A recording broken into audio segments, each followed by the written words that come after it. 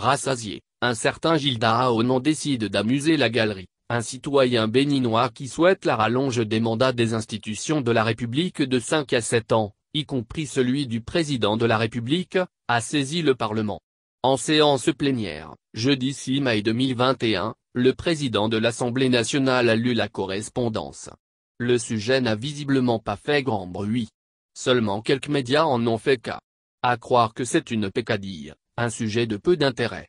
Or, lorsque l'on fait le rapprochement avec la déclaration antérieure d'un député de la mouvance à l'Assemblée nationale, on peut y voir les prémices de la concrétisation de la prophétie du parlementaire qui n'est rien d'autre que d'Akpès-Ossou. On était courant mi-avril 2018.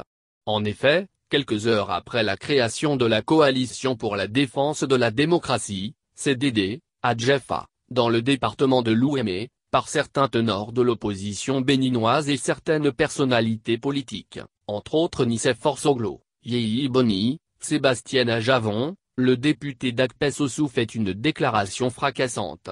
Ils veulent empêcher Talon d'avoir la majorité. Mais eux là, quand Talon n'aura pas sa majorité, qu'est-ce que ça va leur donner à eux?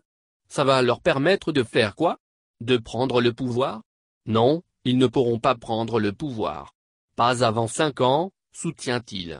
Et comme quelqu'un qui revient d'un couvent ou qui regarde dans une boule de cristal, l'ancien maire de Locos lâche au micro et à la caméra de TVC, une chaîne privée de télévision ce qui suit, il faut noter ça aujourd'hui, TVC, après les 5 là, Talon aura 7 ans. Après les 5 ans en cours là, on vient de faire 2 ans. Je ne dis pas qu'il lui reste 10 ans je ne dis pas ça vous me comprenez bien. Après ces 2 ans là, il lui reste 3 ans pour finir son mandat. Il finit son mandat, il sera réélu pour 7 ans. Ne cherchez pas maintenant à savoir. Je ne dis pas que le mandat unique reviendra. Mais je vous dis, il y aura d'autres changements après les 3 ans. Au regard de ce qui précède, ceux qui pensent que les changements dont parlait Akpès-Ossou sont en passe de se réaliser auraient-ils tort?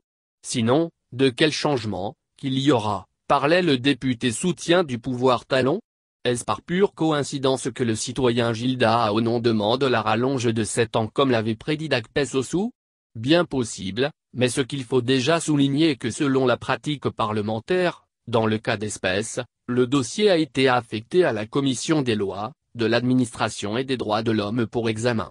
Et, au dire de Louis Vlavonou, président du Parlement béninois, la commission s'emploiera à examiner dans le fond, le contenu de la demande du citoyen, et d'en produire un rapport pour d'éventuels débats en plénière. A précisé que la commission des lois de l'Assemblée nationale peut toutefois décider de classer la correspondance sans suite ou de l'étudier.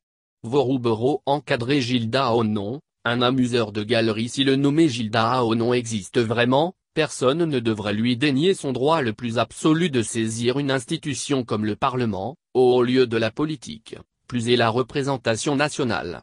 Qui mieux que les représentants du peuple peuvent porter les desiderata de leur mandant ou de ce peuple? En clair, le susnommé n'a pas tort d'exercer un droit.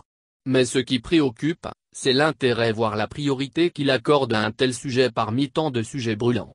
Pour nombre d'observateurs, Gilda Aonon doit être quelqu'un à l'abri des 3 repas quotidiens, à l'abri des questions d'emploi ou de chômage qui préoccupent aujourd'hui beaucoup de Béninois notamment la jeunesse. Il ne doit pas non plus être chef d'une entreprise frappée par la crise de la Covid-19. Sinon, qu'est-ce qui presse tant quand on sait que la révision constitutionnelle a été opérée, il y a moins de 2 ans par les députés et un exécutif qui ne se sont même pas intéressés à cette question de rallonge de mandat des institutions? Gilda Aonon veut-il pousser le Parlement à une autre retouche de la loi fondamentale? Que la 8e législature donne une suite favorable ou non à la requête du sieur Gilda Aonon, beaucoup y voient plutôt un jeu de mauvais goût d'un saltimbanque voire d'un amuseur de galerie.